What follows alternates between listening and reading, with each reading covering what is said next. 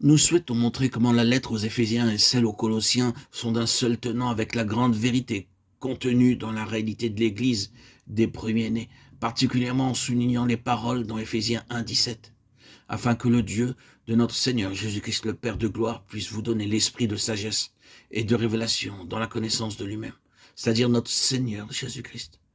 Dans la version originale, les termes sont la pleine connaissance de lui-même. Il est important de le noter car il y a une connaissance du Seigneur Jésus qui, pour ainsi dire, n'est pas celle des Éphésiens, qui n'est pas la connaissance du Seigneur Jésus mise en évidence dans ces dernières lettres de l'apôtre.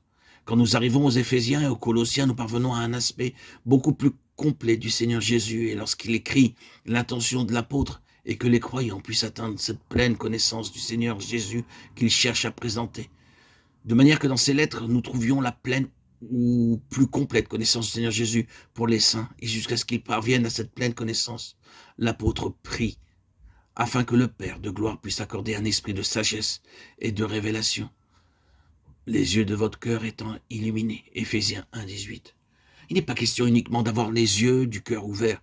Ils s'ouvrent lorsque nous voyons le Seigneur pour la première fois. Cela fait partie de l'œuvre de notre conversion. Nous voyons le Seigneur. Mais ici, il s'agit d'une illumination de ses yeux ouverts, qu'ils soient illuminés jusqu'à une pleine connaissance, pour que vous sachiez, Éphésiens 1,18, afin que vous puissiez connaître, et non uniquement que vous soyez sauvés, acceptés, que vos péchés soient pardonnés. Lorsque nous sommes parvenus à ce stade, tout cela est considéré comme acquis, établi. Il s'agit de quelque chose de plus. Quelle est l'espérance de son appel? Éphésiens 1,18. La question n'est pas d'être au fait de son appel, car nous le savons déjà, mais que nous connaissions l'espérance de son appel, en quoi elle consiste. Quelles sont les richesses de la gloire de son héritage, celui de Christ dans les saints, et quelle est l'excellente grandeur de sa puissance envers nous qui croyons, Éphésiens 1,18.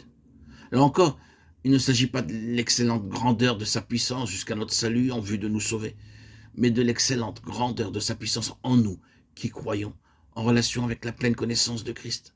Celle-ci requiert l'opération de l'excellente grandeur de la puissance de Dieu. Selon l'opération de la puissance de sa force, qu'il a opérée dans le Christ en le ressuscitant d'entre les morts, et il l'a fait asseoir à sa droite dans les lieux célestes, et l'a donné pour être chef sur toute chose à l'assemblée qui est son corps, la plénitude de celui qui remplit tout en tous. Éphésiens 1,19. Nous avons laissé entendre que l'église à laquelle il est fait référence ici et l'église des premiers-nés ne sont qu'une. L'église est surtout mise en évidence dans l'épître aux Éphésiens qui est, comme nous le comprenons de toutes les lettres, celle de l'église. C'est l'église des premiers-nés, celle qui, d'un point de vue représentatif, est en lien avec les Lévites. Alors que durant notre